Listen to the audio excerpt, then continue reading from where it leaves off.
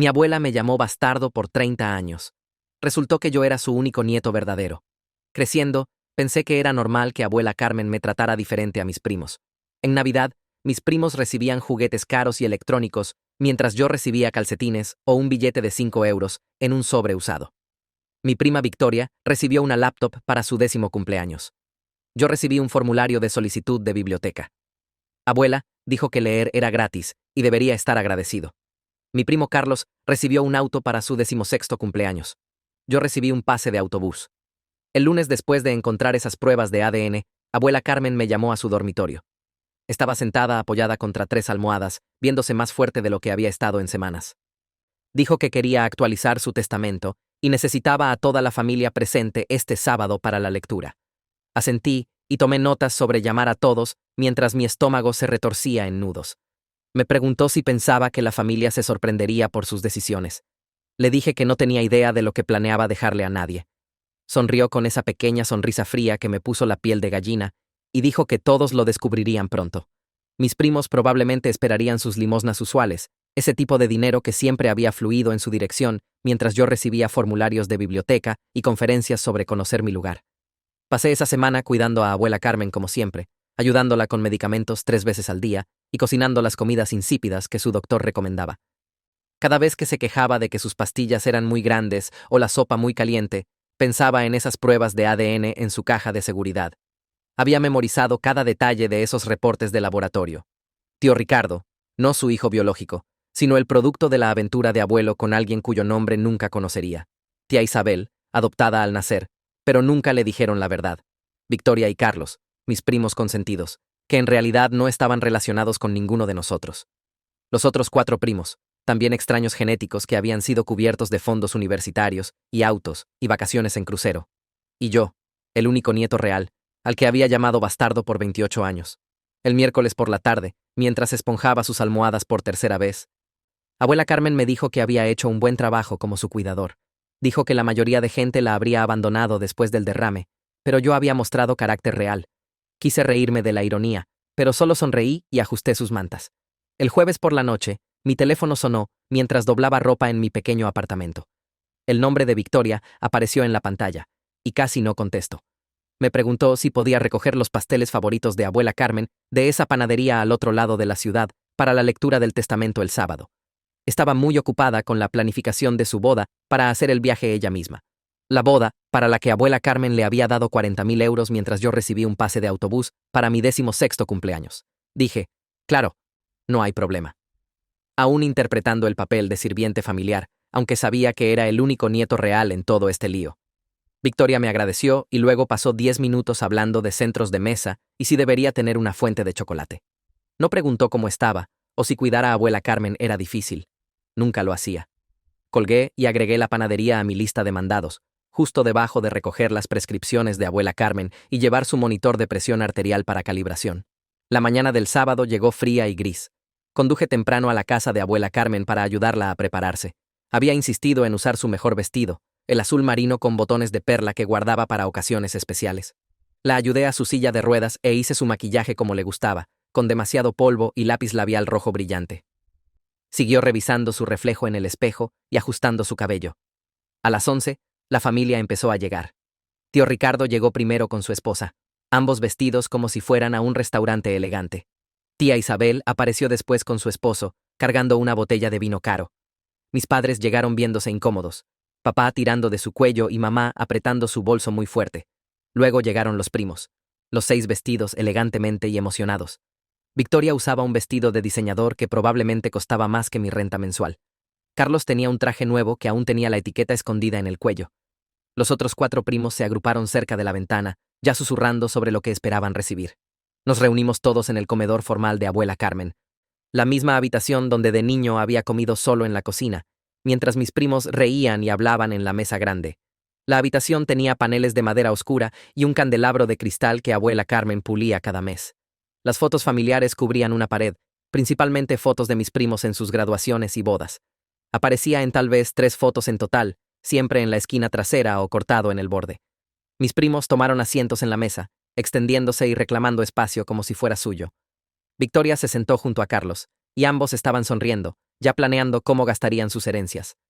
Escuché a Victoria susurrar algo sobre finalmente comprar ese condominio en Miami. Carlos se rió y dijo que probablemente tomaría un año libre para viajar por Europa. Los otros 4 primos hacían planes similares, hablando de pagar préstamos estudiantiles y comprar autos nuevos.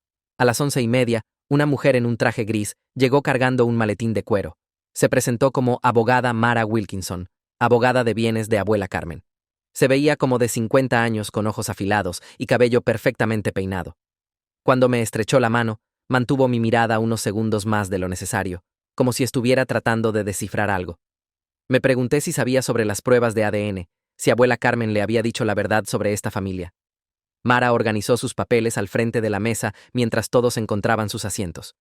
Terminé en la silla más cerca de la puerta de la cocina, el mismo lugar que siempre había ocupado durante las cenas familiares. Algunas cosas nunca cambiaban, o al menos aún no habían cambiado.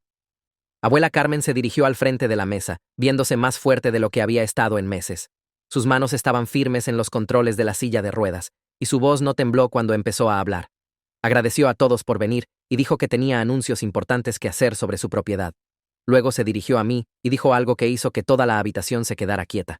Me agradeció por cuidarla tan bien después del derrame, por manejar sus medicamentos y llevarla a citas y asegurarme de que comiera bien. Dijo que había mostrado dedicación real y apreciaba todo lo que había hecho. Mis primos me miraron como si me hubiera crecido una segunda cabeza. Abuela Carmen nunca había reconocido públicamente nada que hubiera hecho antes. Nunca me había elogiado frente a la familia. Las cejas de tía Isabel se alzaron y tío Ricardo se movió en su silla. Mamá se acercó y apretó mi mano debajo de la mesa. Mara Wilkinson abrió su maletín y sacó una pila gruesa de papeles. Explicó que leería el último testamento de abuela Carmen actualizado hace solo 2 semanas. Empezó con pequeños legados a varias organizaciones benéficas. 5,000 a la iglesia, 10,000 al refugio de animales local, 20,000 divididos entre 3 fundaciones diferentes de investigación del cáncer. Mis tías y tíos se movieron en sus sillas, claramente impacientes por llegar a los anuncios reales sobre propiedades y dinero. Tío Ricardo siguió revisando su reloj. Tía Isabel se sirvió un vaso de agua de la jarra en la mesa y lo bebió muy rápido. Los primos también se estaban inquietando, susurrando entre ellos y mirando a abuela Carmen. Mara miró sus papeles y anunció que Victoria recibiría la colección de joyas de abuela Carmen. Toda la colección, incluyendo el collar de diamantes y el anillo de esmeralda y todas las pulseras de oro, valuadas en unos 30,000 euros en total. Victoria gritó y saltó a abrazar a Carlos. Ya estaba hablando sobre qué piezas usaría en su boda y cuáles guardaría para ocasiones especiales. Carlos la abrazó de vuelta y dijo que se lo merecía. Abuela Carmen sonrió y asintió como si acabara de hacer algo maravilloso. Me senté en mi silla junto a la puerta de la cocina y mantuve mi cara neutra, pensando en todas las veces que Victoria había recibido regalos caros mientras yo recibía 5 euros en un sobre usado. Mara continuó leyendo y anunció que Carlos recibiría la colección de autos vintage de abuela Carmen. 4 autos en total, incluyendo un Mustang 1967 y un Corvette 1972, valuados en aproximadamente 80,000 euros juntos. Carlos efectivamente gritó y levantó su puño en el aire. Estaba sonriendo tanto que podía ver sus dientes traseros. Inmediatamente empezó a hablar sobre qué auto se quedaría y cuáles vendería para financiar su viaje a Europa. Abuela Carmen le dijo que cuidara bien el Mustang porque había sido el favorito del abuelo. Carlos prometió que lo haría y le agradeció como 5 veces. Mis padres se sentaron rígidos en sus sillas, sin mirarse. Luego Mara anunció que los otros 4 primos recibirían cada uno 25,000 euros más varios artículos del hogar de la casa de abuela Carmen. Sonrieron y le agradecieron, pero pude ver la decepción en sus caras. Claramente esperaban más. Probablemente esperaban 6 cifras como habían recibido para la universidad. Se miraron a través de la mesa con estas expresiones tensas pequeñas que decían que trataban de no mostrar qué decepcionados se sentían. Uno de ellos preguntó sobre la casa de playa en Florida, y Mara dijo que esa propiedad estaba asignada a otro lugar. Otro preguntó sobre las cuentas de inversión y recibió la misma respuesta. Los 4 primos se acomodaron de vuelta en sus sillas, viéndose bastante satisfechos, pero para nada tan emocionados como Victoria y Carlos. Mara se aclaró la garganta y miró sus papeles antes de anunciar que tía Isabel recibiría la casa de playa en Florida. Las palabras quedaron en el aire por un segundo antes de que tía Isabel suspirara y se cubriera la boca con ambas manos. Mara continuó que la propiedad estaba valuada en aproximadamente 400,000 euros y tía Isabel empezó a llorar ahí mismo en la mesa del comedor. Se levantó y caminó hacia la silla de ruedas de abuela Carmen, inclinándose para abrazarla cuidadosamente alrededor de los hombros. Tía Isabel siguió diciendo gracias una y otra vez, su voz temblando con emoción. Se echó hacia atrás y se limpió los ojos con sus dedos, manchando un poco su rímel. Le dijo a abuela Carmen que había sido una madre tan generosa, la mejor madre que alguien podría pedir, y no sabía cómo expresar su gratitud. Tío Ricardo se acercó y apretó la mano de tía Isabel cuando se sentó de nuevo. Ambos viéndose complacidos y un poco aturdidos. Mis primos susurraban emocionados entre ellos sobre vacaciones de playa y viajes familiares. Me quedé callado en mi silla, viendo a tía Isabel secarse los ojos con un pañuelo que alguien le pasó. Mara barajó sus papeles y anunció que tío Ricardo recibiría el portafolio de inversiones de abuela Carmen.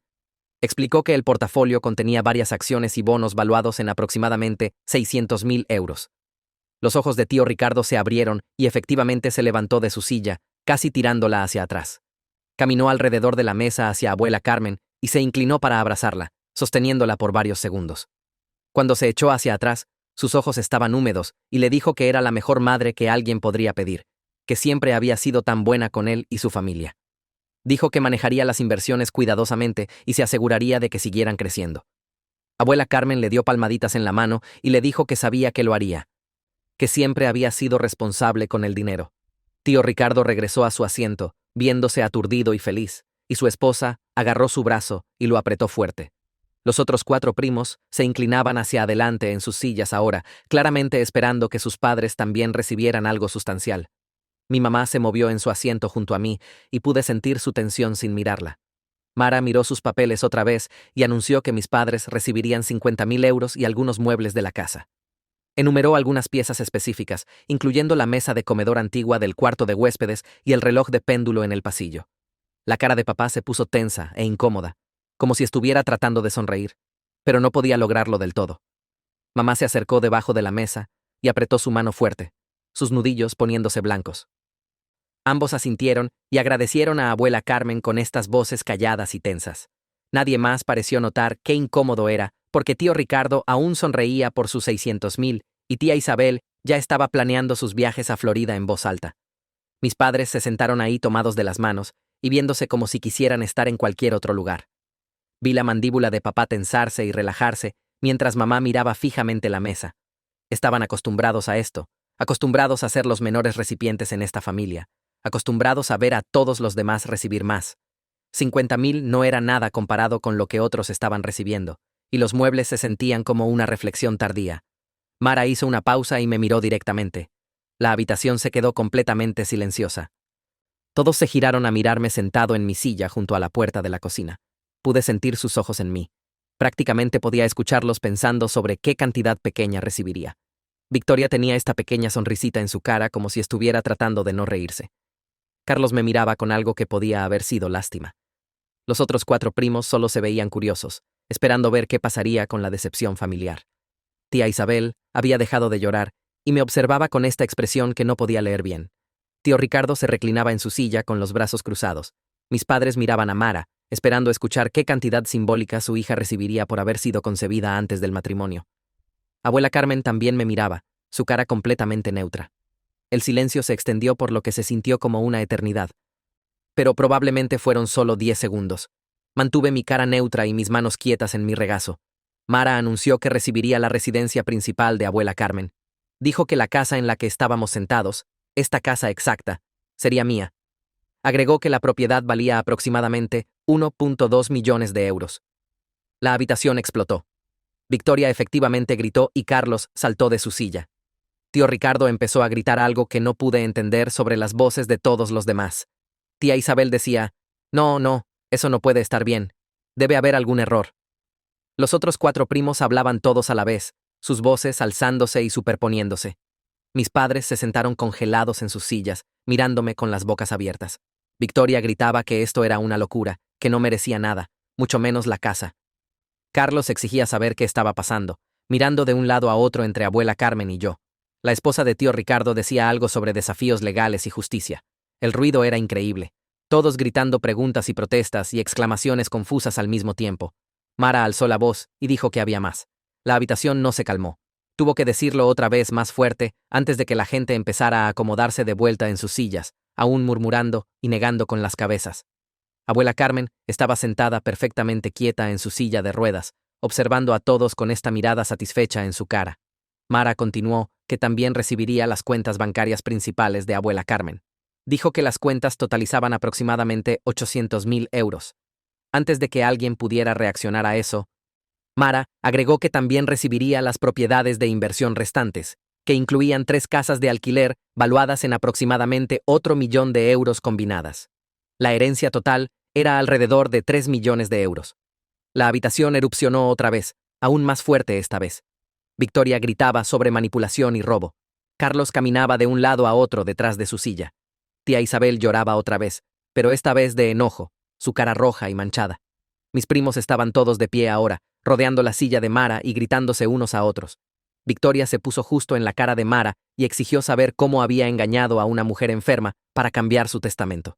Mara se sentó calmadamente y le dijo que se hiciera hacia atrás. Carlos gritaba que esto no era justo, que había sido el favorito de abuela por años. Y ahora de repente, yo recibía todo. Los otros 4 primos exigían explicaciones, preguntando qué me hacía tan especial, diciendo que esto tenía que ser ilegal de alguna manera. Tía Isabel empujó su silla hacia atrás y se levantó, señalándome con un dedo tembloroso. Dijo que había manipulado a abuela Carmen durante su recuperación del derrame, que había aprovechado una mujer vulnerable que no podía pensar claramente. Me llamó calculador y cruel. Tío Ricardo ya estaba sacando su teléfono, diciendo que estaba llamando a su abogado ahora mismo para contestar el testamento. Le dijo a Mara que esto no resistiría en corte, que había evidencia clara de manipulación e influencia indebida. Su cara estaba morada y sudaba a través de su camisa. Me senté completamente quieto en mi silla, mientras el caos se arremolinaba a mi alrededor. Vi a mis primos gritar, y a mis tías llorar, y a mi tío hacer llamadas enojadas. Vi a mis padres sentados congelados y confundidos, sin entender qué estaba pasando o por qué. Esperé el momento correcto, el momento perfecto, sabiendo que venía. Abuela Carmen alzó una mano temblorosa en el aire. El gesto era pequeño, pero todos lo vieron. La habitación empezó a calmarse poco a poco, las voces bajando a murmullos y luego al silencio. Abuela Carmen miró a todos con esta expresión en su cara que nunca había visto antes. Les dijo que había más que necesitaban escuchar. Su voz era firme y clara, más fuerte de lo que había estado en semanas. Dijo que necesitaban sentarse y escuchar porque lo que venía cambiaría todo lo que pensaban que sabían sobre esta familia. Mara alcanzó su maletín y sacó más documentos. Estos eran diferentes. Se veían más viejos en carpetas manila que estaban gastadas en los bordes. Sentí algo frío asentarse en mi estómago porque reconocí esas carpetas. Las había visto en la caja de seguridad. Mara las puso en la mesa frente a ella y abrió la primera cuidadosamente. La habitación estaba en silencio mortal ahora, todos mirando esas carpetas como si pudieran explotar. Me di cuenta con absoluta claridad de que abuela Carmen sabía sobre las pruebas de ADN. Había sabido todo el tiempo que las había encontrado. Toda esta lectura del testamento era su juego final, su última manipulación retorcida. Había planeado cada segundo de esto. Desde las cantidades de herencia hasta el tiempo de las revelaciones, había establecido toda esta situación para ver a la familia implosionar. Miré su cara y vi satisfacción ahí. Vi placer en el caos que había creado. Había estado jugando con todos nosotros por 20 años, tal vez más. Abuela Carmen habló otra vez y dijo que había hecho pruebas de ADN a todos sus nietos hace 20 años. La habitación se quedó completamente silenciosa, tan silenciosa que podía escuchar el reloj hacer tic-tac en el pasillo. Dijo que había sospechado infidelidad en su familia por años y finalmente decidió descubrir la verdad. Las caras de mis primos se drenaron de color. Victoria se sentó pesadamente en su silla, su boca colgando abierta. Carlos agarró la parte trasera de su silla como si la necesitara para apoyo. Los otros 4 primos se miraron con pánico en sus ojos. Tía Isabel hizo este pequeño sonido de ahogo. El teléfono de tío Ricardo se deslizó de su mano y resonó en la mesa. Mara sacó papeles de la carpeta. Reportes reales de laboratorio con membrete oficial y resultados de pruebas. Los puso en la mesa donde todos podían verlos. Nadie se movió para recogerlos. Nadie quería tocarlos.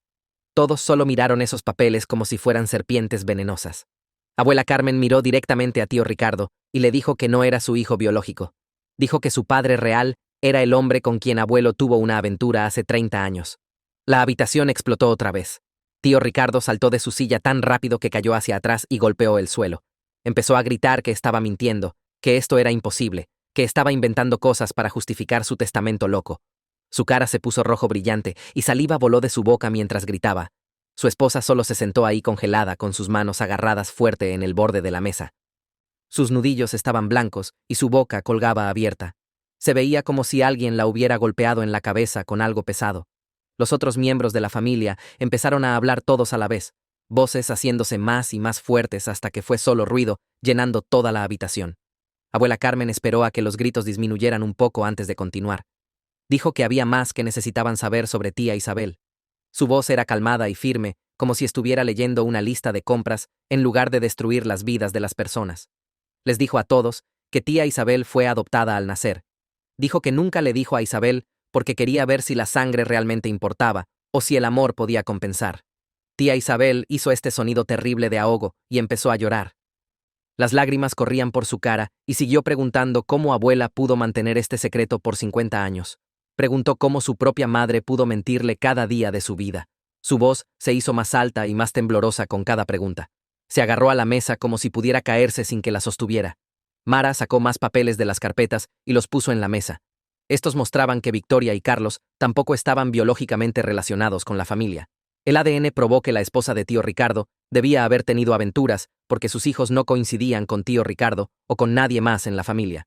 Los padres de Victoria empezaron a gritarse el uno al otro justo ahí frente a todos. Su papá le dijo a su mamá nombres que no repetiré. Su mamá le tiró su vaso de agua y golpeó la pared detrás de su cabeza. Agua y hielo fueron por todas partes. Carlos solo se sentó ahí mirando sus manos. No dijo nada o se movió, o siquiera parecía estar respirando. Su cara se había puesto completamente blanca, como si toda la sangre se hubiera drenado de ella. Abuela Carmen siguió hablando a través de todo el caos. Explicó que los otros 4 primos también fallaron las pruebas de ADN. Dijo que ambos de sus hijos habían criado niños que no eran suyos. Les dijo que toda la estructura familiar en la que habían creído toda su vida estaba construida sobre mentiras y aventuras y secretos. El comedor se sentía como si se estuviera haciendo más pequeño con todo el gritar y llorar. La gente se levantaba y se sentaba. Alguien tiró una silla. Tía Isabel aún sollozaba. Tío Ricardo caminaba de un lado a otro haciendo gestos telefónicos enojados, aunque ya no tenía su teléfono en la mano. Finalmente encontré mi voz. Mis manos temblaban tanto que tuve que presionar las planas contra mis piernas debajo de la mesa. Le pregunté a abuela Carmen por qué me torturó por 28 años si sabía que era su único nieto biológico. Pregunté por qué me hizo comer en la cocina mientras nietos falsos comían en su mesa. Pregunté por qué me llamó bastardo cuando era la única familia real que tenía. Mi voz salió firme, aunque me sentía como si pudiera vomitar. La habitación se quedó completamente silenciosa. Todos se giraron a mirarme. Algunos de ellos se veían confundidos como si recién ahora estuvieran entendiendo lo que todo esto significaba. Algunos de ellos se veían enojados como si esto fuera de alguna manera mi culpa. Abuela Carmen encontró mis ojos a través de la mesa. No miró a otro lado, o parecía avergonzada, o mostró alguna culpa.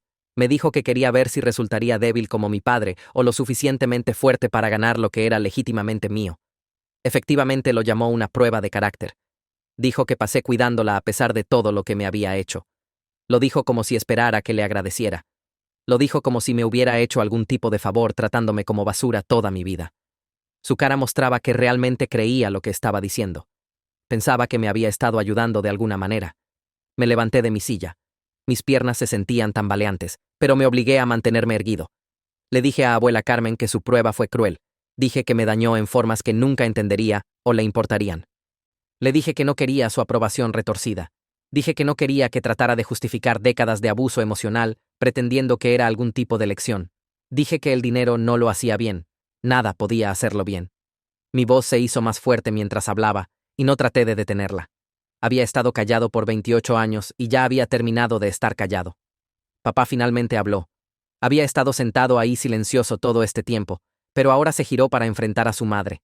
Le preguntó cómo pudo saber que él era su único hijo biológico, pero aún ver a sus hijos favoritos que ni siquiera estaban relacionados. Preguntó cómo pudo dejarle ver a su hija ser tratada como basura mientras nietos falsos recibían todo. Todo su cuerpo temblaba. Nunca lo había visto tan enojado en toda mi vida. Se levantó también, y su silla raspó fuerte contra el suelo. Le dijo a su madre que lo había hecho elegir entre su hijo y su herencia, y había elegido mal. Dijo que nunca se perdonaría por eso, y nunca la perdonaría a ella tampoco. Abuela Carmen agitó su mano hacia papá como si estuviera espantando una mosca. Dijo, me dio todo al final, así que debería estar agradecido en lugar de quejarse. Le dijo que el resultado era lo que importaba, no el viaje. Efectivamente usó esas palabras como si esto fuera algún tipo de historia inspiracional en lugar de abuso infantil. Dijo, recibí la casa y el dinero. Y eso probaba que me amaba más que a nadie. No entendía que el dinero no puede deshacer 28 años de ser llamado bastardo. No le importaba que no puedes borrar décadas de hacer que un niño se sienta sin valor. Su cara no mostró comprensión alguna de lo que realmente había hecho. La esposa de tío Ricardo empezó a llorar. No el llanto enojado que tía Isabel estaba haciendo, sino este tipo roto, desesperanzado de llanto. Admitió a través de sus lágrimas que había tenido una aventura con su entrenador personal hace 15 años. Dijo que solo pasó unas pocas veces, pero aparentemente esas pocas veces fueron suficientes. Miró a Victoria y Carlos y dijo que lo sentía. Tío Ricardo empezó a gritarle, llamándola nombres terribles. Ella le gritó de vuelta que él había estado teniendo aventuras por años, así que no se sentía mal. Otros miembros de la familia saltaron, tomando lados. Alguien sacó algo que pasó en una fiesta de Navidad hace 8 años. Alguien más mencionó un viaje de negocios que parecía sospechoso. Toda la familia se estaba fracturando justo ahí en la mesa del comedor. Argumentos y acusaciones volaron en todas las direcciones. La gente lloraba y gritaba y señalaba dedos. Era caos completo. Agarré mi bolso del suelo cerca de mi silla y me levanté. Mis piernas temblaron, pero las hice funcionar. Los gritos detrás de mí se hicieron más fuertes cuando la esposa del tío empezó a gritar sobre todos sus viajes de negocios a Miami. Caminé a través de la puerta del comedor hacia el pasillo. La puerta principal estaba tal vez a 6 metros de distancia. Podía escuchar vidrio rompiéndose en el comedor. Probablemente alguien tirando algo. Una mujer en un traje oscuro estaba parada junto al perchero. Tenía cabello gris echado hacia atrás apretado y cargaba un maletín de cuero. Se acercó y me tendió una tarjeta de presentación. La tarjeta decía Mara Wilkinson, abogada de bienes. Me dijo que necesitaría ayuda legal para lo que venía. Su voz era calmada como si las familias no explotaran en lecturas de testamentos todos los días. Tomé la tarjeta y la metí en mi bolso. Asintió una vez y caminó de vuelta hacia el comedor. Seguí hacia la puerta principal. Afuera, el aire se sentía frío y limpio después de estar en esa casa. Mi auto estaba estacionado en la calle, 3 casas más abajo. Entré y cerré las puertas. Mis manos temblaban demasiado fuerte para poner la llave en el encendido. Me senté ahí por tal vez 10 minutos, hasta que dejaron de temblar lo suficiente para conducir. Los meses siguientes fueron una montaña rusa de demandas legales, revelaciones sobre el pasado de la familia, y finalmente, reconciliación con las personas que importaban. Pero ese sábado, cuando salí de esa casa por última vez como el nieto despreciado, sabía que mi vida había cambiado para siempre. No solo por el dinero, sino porque finalmente entendí que valía más de lo que cualquiera de ellos habría reconocido jamás. 2 años después, mientras planeaba mi pequeña boda con solo las personas que realmente me amaban presentes, me di cuenta de que abuela Carmen, sin darse cuenta, me había dado el regalo más grande de todos. Me había mostrado exactamente quién no quería ser. Y por esa lección cruel e involuntaria, finalmente, era libre. El primer abogado llamó el martes por la mañana mientras estaba en el trabajo. Estaba revisando el suero de un paciente cuando mi teléfono vibró. El mensaje de voz decía que representaba al tío y su esposa. Querían contestar el testamento basándose en el estado mental de la abuela. La segunda llamada llegó esa tarde. Este abogado trabajaba para la tía. Estaba reclamando influencia indebida y exigiendo que el testamento fuera anulado. La tercera llamada llegó el miércoles. Este representaba a los 6 primos juntos. Dijeron que la abuela no estaba pensando claramente cuando tomó estas decisiones. Llamé a Mara después del tercer mensaje. Contestó al segundo timbre. Le conté sobre los 3 abogados. Dijo que esperaba esto y preguntó si podía ir a su oficina mañana. Le dije que sí. Me dio la dirección y me dijo que trajera cualquier documento que tuviera de la caja de seguridad de la abuela. Fui a casa después de mi turno y saqué las pruebas de ADN. Los papeles estaban viejos y arrugados. Los extendí en la mesa de mi cocina y los leí otra vez. Cada prueba mostraba lo mismo. No relacionado, no relacionado, no relacionado. Solo la mía decía coincidencia biológica. Los puse en una carpeta y la dejé junto a la puerta para no olvidarme. La oficina de Mara estaba en un edificio alto en el centro. La sala de espera tenía sillas de cuero y pinturas de barcos. Salió a buscarme personalmente. Su oficina tenía un escritorio grande y ventanas que daban a la ciudad. Pidió ver las pruebas de ADN. Le di la carpeta. Leyó cada página lentamente. Su cara no cambió para nada. Cuando terminó, alzó la vista y preguntó si alguien más sabía que las tenía. Le dije que no. Dijo que eso era bueno. Luego preguntó si conocía a su esposo, Keith. Le dije que no. Explicó que era un investigador privado especializado en casos de bienes. Dijo que necesitaba contratarlo para documentar todo sobre la condición médica de la abuela. Necesitábamos prueba de que estaba completamente consciente de lo que hacía cuando actualizó el testamento. Pregunté cuánto costaría. Escribió un número en un pedazo de papel. Era mucho, pero tenía ahorros de trabajar todos esos años. Le dije que estaba bien. Tomó su teléfono y llamó a alguien. Dijo que Keith podía empezar mañana. Keith no se parecía para nada a lo que esperaba. Era bajo y redondo con una cara amigable. Me encontró en una cafetería cerca del hospital. Tenía una libreta y me hizo preguntas por 2 horas. ¿Cuándo tuvo la abuela el derrame? ¿Qué medicamentos estaba tomando? ¿Alguna vez pareció confundida? ¿Reconocía a la gente? ¿Podía tomar sus propias decisiones? Respondí todo. Lo escribió todo. Luego pidió permiso para acceder a los registros médicos de la abuela. Firmé los formularios que trajo. Dijo que tendría hallazgos preliminares en una semana. 6 días después, llamó. Quería reunirse otra vez. Esta vez, nos encontramos en su oficina. Tenía papeles esparcidos por su escritorio. Me mostró el expediente médico de la abuela. Había actualizado el testamento exactamente 2 semanas antes de la lectura. El mismo día se reunió con un psiquiatra por 3 horas. El psiquiatra hizo una evaluación completa. Pruebas de memoria, pruebas de lógica, pruebas de comprensión. Pasó todo. El reporte decía que estaba completamente cuerda mentalmente y entendía exactamente lo que estaba haciendo. Keith encontró otro documento.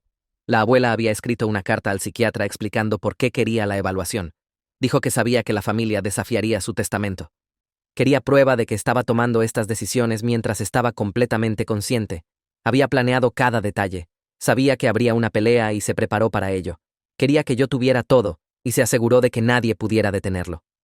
Alguien tocó la puerta de mi apartamento el sábado por la mañana. Miré por la mirilla. Era Victoria. Su cara estaba roja e hinchada de llorar. Su cabello estaba desarreglado. No traía maquillaje. Nunca la había visto sin maquillaje antes. Abrí la puerta. Se empujó pasando por mí hacia el apartamento. Se paró en mi sala y empezó a llorar más fuerte. Dijo que sus padres se estaban divorciando. Su papá se mudó ayer. Su boda fue cancelada. Su prometido rompió con ella cuando se enteró de las pruebas de ADN. Todo en su vida se estaba desmoronando. Preguntó si sabía sobre las pruebas. Cerré la puerta y la cerré con llave. Le dije que sí. Las encontré hace meses en la caja de seguridad. Me miró fijamente. Su boca se abrió. Preguntó por qué no le dije a nadie. ¿Por qué dejé que todos entraran a esa lectura del testamento sin advertirles? Caminé pasando por ella a la cocina y tomé un vaso de agua. Mis manos estaban firmes ahora. Ya no era yo el que temblaba. Victoria me siguió a la cocina. Dijo que era egoísta. Dijo que debería haberles advertido. Dijo que dejé que todos fueran tomados por sorpresa porque quería venganza. Me di la vuelta y la miré. Pregunté si recordaba la Navidad cuando tenía 12 años. Se veía confundida. Le recordé el año que recibió una laptop nueva y yo recibí un billete de 5 euros en un sobre usado. ¿Dijo algo? ¿Cuestionó por qué la abuela me trataba diferente? La cara de Victoria se puso roja. Pregunté sobre todas las cenas familiares donde comí en la cocina mientras ella se sentaba en la mesa.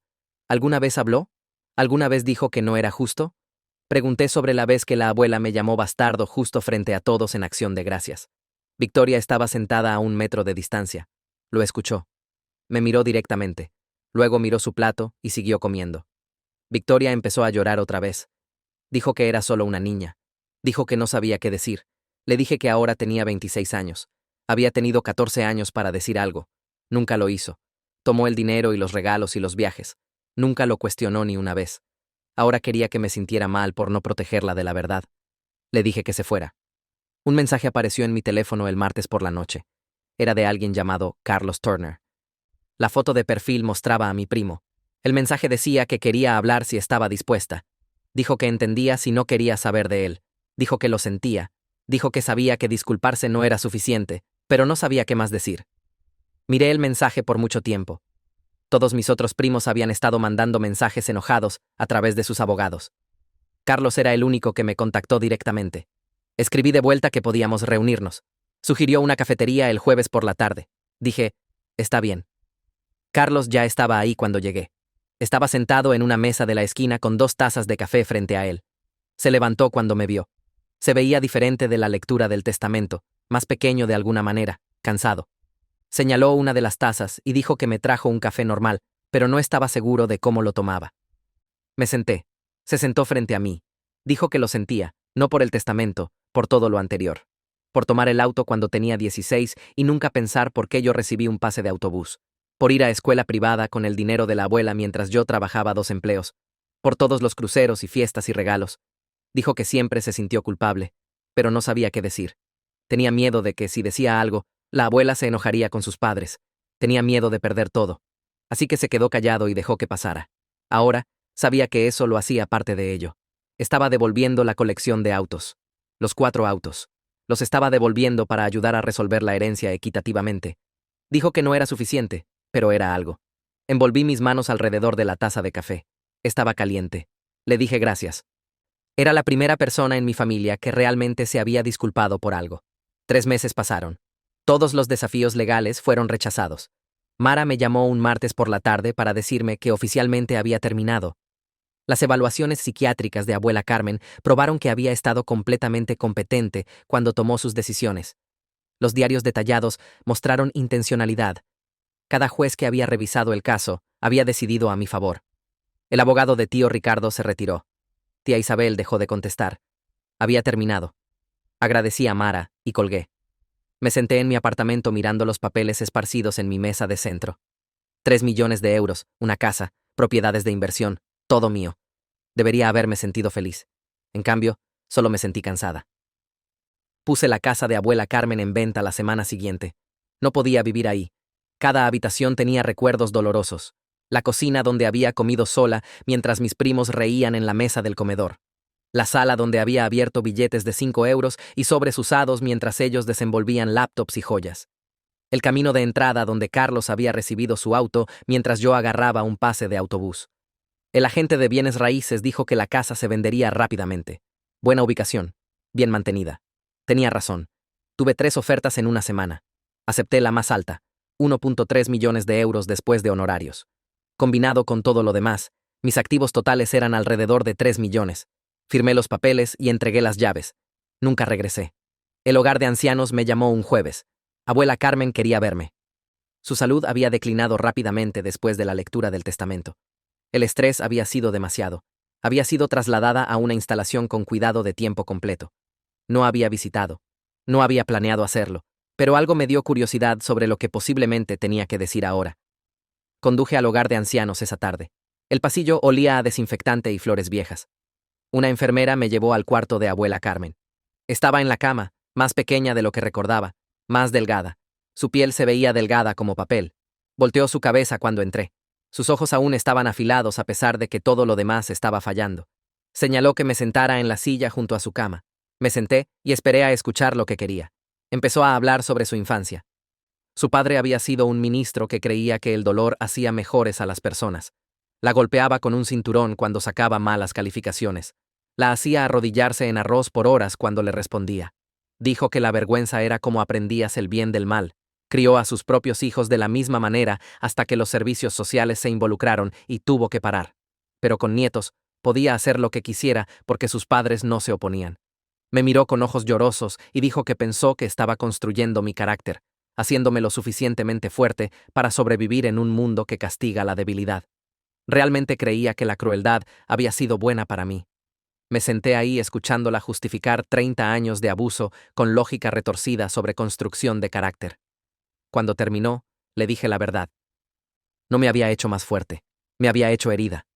Cada vez que tuve éxito en algo, fue a pesar de lo que me había hecho. No por eso.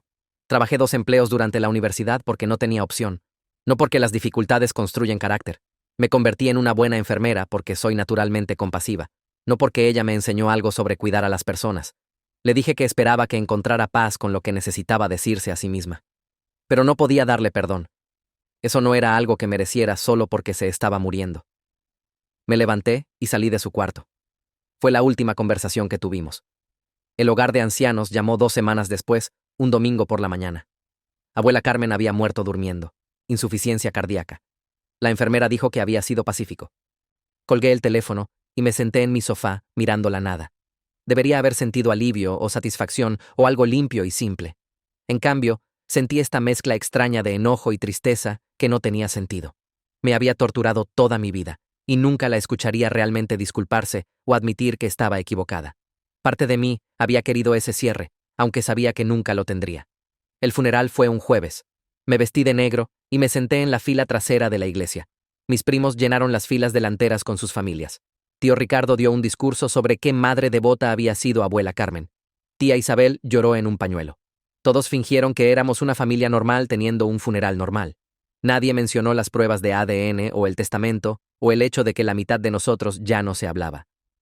Los vi a todos actuar esta unidad falsa y me sentí completamente desconectada de todo. Después del servicio, todos se reunieron en el sótano de la iglesia para café y sándwiches tristes. Estaba preparándome para irme cuando Carlos se acercó. Se veía cansado. Dijo que había estado pensando mucho desde que todo pasó.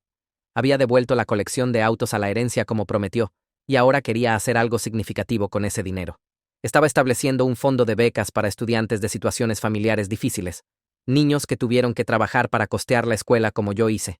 Preguntó si lo ayudaría a establecerlo ya que sabía cómo era. Lo miré y vi arrepentimiento genuino en su cara. Le dije que sí. Fue la primera cosa que alguien en mi familia me había pedido hacer que realmente se sentía que valía la pena. Papá me llamó la semana siguiente preguntando si quería cenar. No una cena familiar con todos, solo él y yo. Empezamos a reunirnos cada martes en este restaurante cerca de mi apartamento. Las primeras veces fueron incómodas. Hablamos sobre trabajo y clima y cualquier cosa excepto abuela Carmen. Pero lentamente empezamos a tener conversaciones reales. Me dijo que estaba viendo a un terapeuta para trabajar su propia infancia. Abuela Carmen también había sido cruel con él, de maneras diferentes. Había pasado toda su vida tratando de ganar su aprobación y nunca obtenerla. Dijo que ahora entendía por qué había fallado en protegerme. Había estado demasiado dañado él mismo para enfrentarla. No excusaba lo que pasó, pero me ayudó a entender. Ambos éramos víctimas de la misma mujer de maneras diferentes. Tía Isabel me mandó un mensaje de Facebook 3 meses después del funeral. Había hecho una de esas pruebas de ascendencia de ADN tratando de encontrar a su familia biológica. Los resultados la habían conectado con una mujer llamada Jessie, que resultó ser su madre biológica. Jessie tenía otros 3 hijos, lo que significaba que Isabel tenía 3 medio hermanos de los que nunca había sabido. Todos se habían conocido y aparentemente fueron muy acogedores. Isabel dijo que era raro tener toda esta nueva familia a los 50 años, pero habían sido más amables con ella en 3 meses de lo que abuela Carmen había sido en 50 años. Me agradeció por no ocultar los resultados del ADN, aunque descubrir la verdad había sido doloroso. Dijo, a veces las verdades dolorosas eran mejores que las mentiras cómodas. Tomé algo del dinero de la herencia y pagué mis préstamos estudiantiles en un pago. 30.000 euros se fueron así nomás. Luego, pagué la hipoteca de mis padres. Conduje a su casa un sábado y le entregué a mamá la escritura pagada. Empezó a llorar y dijo que no tenía que hacer eso después de todo lo que me habían hecho pasar. Le dije que quería. Habían cometido errores, pero aún eran mis padres y los amaba. Papá me abrazó y lloró también. Fue la primera vez que lo vi llorar desde que era niña. El resto del dinero lo invertí en fondos indexados, aburridos y bonos. Mi asesor financiero quería que hiciera algo emocionante, pero le dije que solo quería seguridad. Seguí trabajando en el hospital porque realmente amaba ser enfermera. El dinero era bueno tenerlo, pero no quería que cambiara quién era. Aún manejaba mi auto y vivía en el mismo apartamento. La seguridad financiera se sentía bien, pero era silenciosa, no llamativa. No borró 30 años de ser tratada como basura, pero significó que nunca tendría que preocuparme por arreglar un radiador roto en invierno otra vez. 6 meses después de que abuela Carmen murió, Victoria me contactó pidiendo reunirnos para almorzar. Casi dije que no, pero la curiosidad ganó. Nos encontramos en un café en el centro. Se veía diferente, menos maquillaje, ropa más simple. Dijo que había estado en terapia trabajando muchas cosas. Quería disculparse de verdad, no solo decir perdón para sentirse mejor. Admitió que el favoritismo también la había dañado de maneras diferentes. Nunca había aprendido a trabajar por algo o manejar la decepción. Sus 3 matrimonios habían fallado porque esperaba que todo fuera fácil como había sido creciendo. Dijo, verme tener éxito a pesar de no tener nada, le había hecho darse cuenta de qué tan débil se había vuelto. Hablamos por 2 horas. No arregló todo, pero fue honesto de una manera que nuestra familia nunca había sido antes. Empecé a hacer voluntariado en un centro de consejería familiar especializado en disputas de herencia complicadas y conflictos familiares. Una vez a la semana iba y hablaba con gente lidiando con situaciones como la mía, familias destrozadas por dinero y favoritismo y secretos. Compartí mi historia y los ayudé a entender sus opciones. Convertir todo ese dolor en algo útil se sintió significativo. Como tal vez la crueldad de abuela Carmen, al menos podía ayudar a otras personas a evitar el mismo daño. No era redención exactamente, pero era algo. Tío Ricardo nunca se contactó después del funeral. Ninguna carta de disculpa llegó a mi buzón. Ningún mensaje de texto preguntando si podíamos hablar.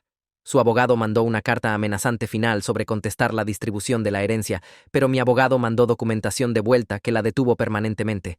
Revisé mi teléfono por semanas después, parte de mí aún esperando que reconociera lo que había pasado. Nunca lo hizo. Su silencio me enseñó algo importante sobre el cierre. Algunas personas nunca admitirán que estaban equivocadas. Nunca se disculparán por quedar separadas mientras sufriste. Nunca tomarán responsabilidad por beneficiarse de tu dolor. Esperar ese reconocimiento de tío Ricardo era como esperar lluvia en un desierto. Podía quedarme ahí para siempre y morir de sed. O podía aceptar la realidad y encontrar agua en otro lugar. Dejé de revisar mi teléfono por sus mensajes.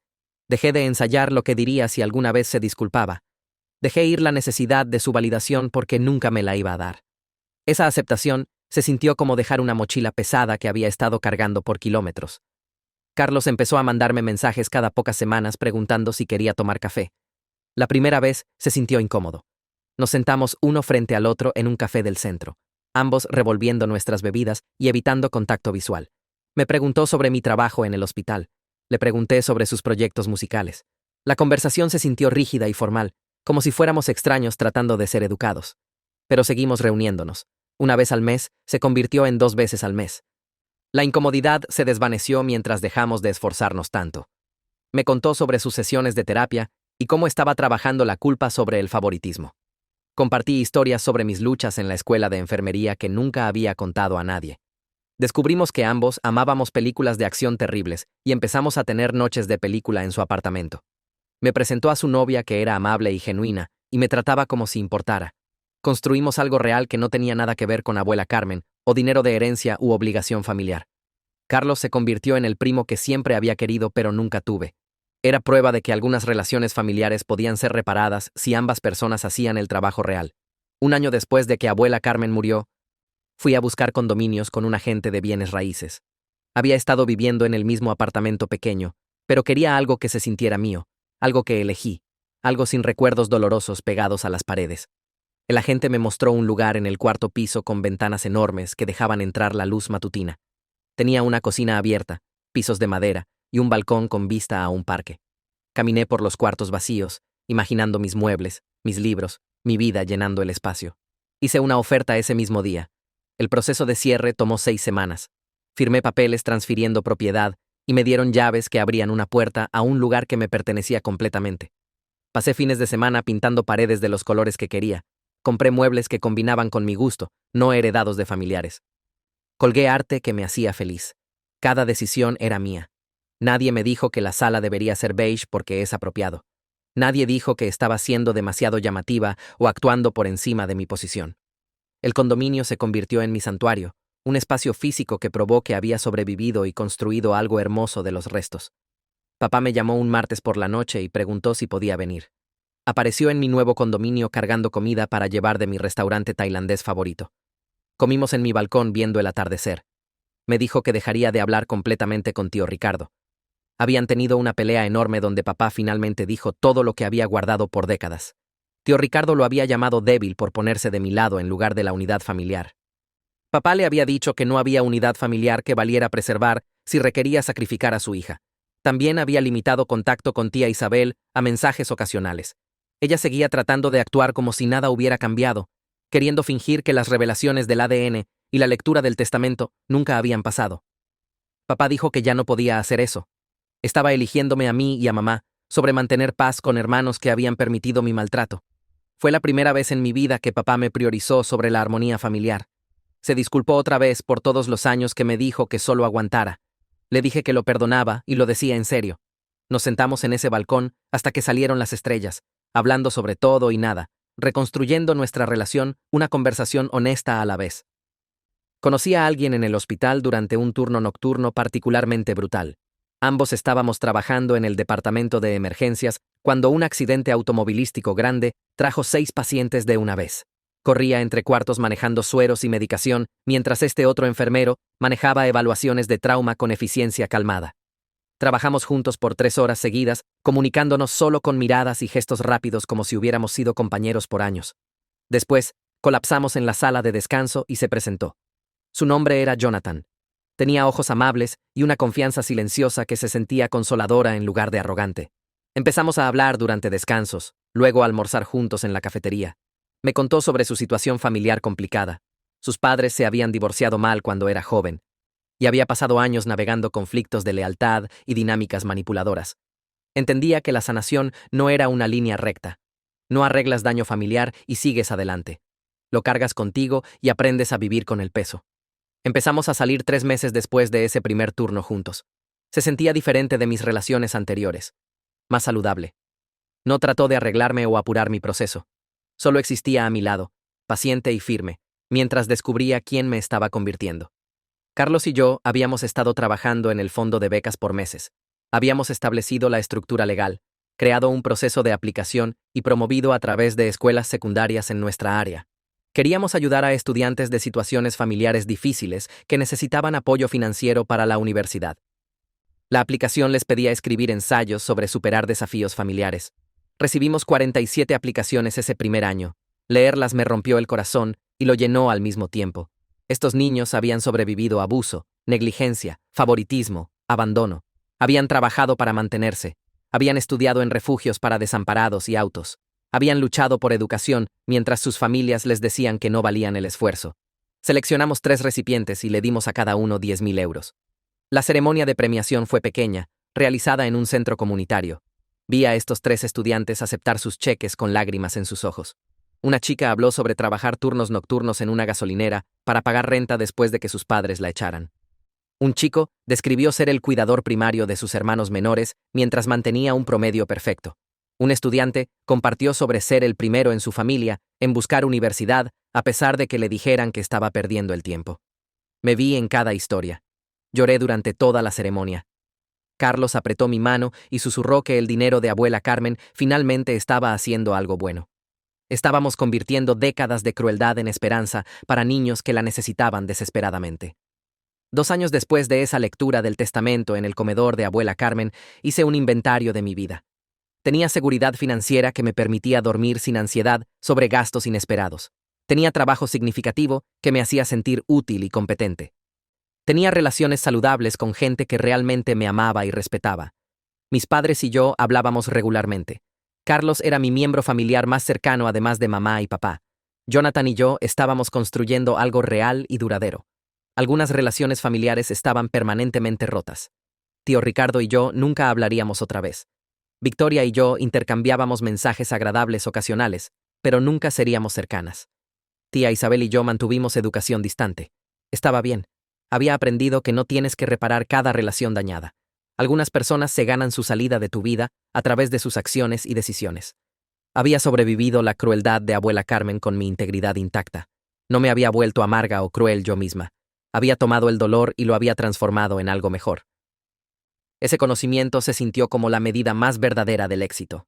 Jonathan me propuso 6 meses después, durante una cena silenciosa en mi condominio, sin restaurante elegante o espectáculo público, solo él y yo, y un anillo simple que había elegido cuidadosamente. Dije que sí inmediatamente. Empezamos a planear una boda pequeña con solo las personas que importaban. Mis padres estarían ahí, Carlos y su novia, tía Isabel, porque a pesar de todo había hecho esfuerzos reales para entender y cambiar, algunos amigos cercanos del trabajo, tal vez 20 personas en total. No era nada como la boda enorme que abuela Carmen había financiado para Victoria con 300 invitados y una banda en vivo. Mi boda sería pequeña y simple y completamente mía. Cada persona asistiendo realmente me amaba y quería que fuera feliz. Nadie estaba ahí por obligación o presión familiar. Nadie pasaría la recepción susurrando sobre cómo no merecía esto o comparándome desfavorablemente con otros miembros de la familia. Jonathan y yo estaríamos frente a gente que nos respetaba y diríamos votos que significaban algo real. Eso se sintió absolutamente perfecto.